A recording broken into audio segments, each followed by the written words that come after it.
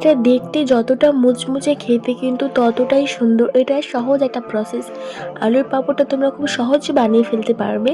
আর কি করে বানাবে সেটাই তোমাদের সাথে আজ শেয়ার করব।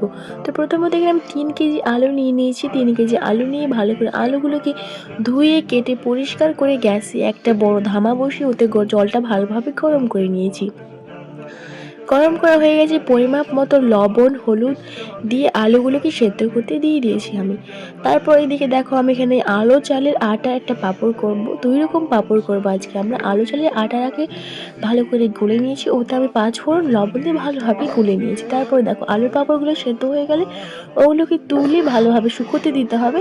আর এই দেখো এদিকে ওই ধামাটাতে ভালো করে চারি সাইডে কাপড় বেঁধে দিয়ে তারপর এগুলোকে ভালোভাবে ভাপাতে দিয়ে দিয়েছি ঢাকনাতে।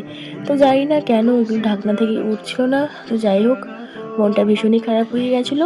তারপর একটা থালা নিয়ে থালার চারি সাইডে তেল লাগিয়ে দিয়ে এভাবে করে নিয়েছি, মোটামুটি ভালোই হয়েছে। আর এই যে দেখো থালাটাকে ভাপাতে দিয়ে কী একটা অবস্থা। তবে এটা খুব একটা ভালো থালা না। তো যাই হোক, এই দেখো পাঁপড়গুলো কত সুন্দর শুকিয়ে গেছে। এটা হলো চালের পাঁপড়, এটা হলো আলুর পাঁপড়। তো পাঁপড়গুলো ভেজে নেওয়া যাক। চালের পাঁপড়টা মোটামুটি ভালোই হয়েছে, এটা কিন্তু খুব শক্ত হয়েছে।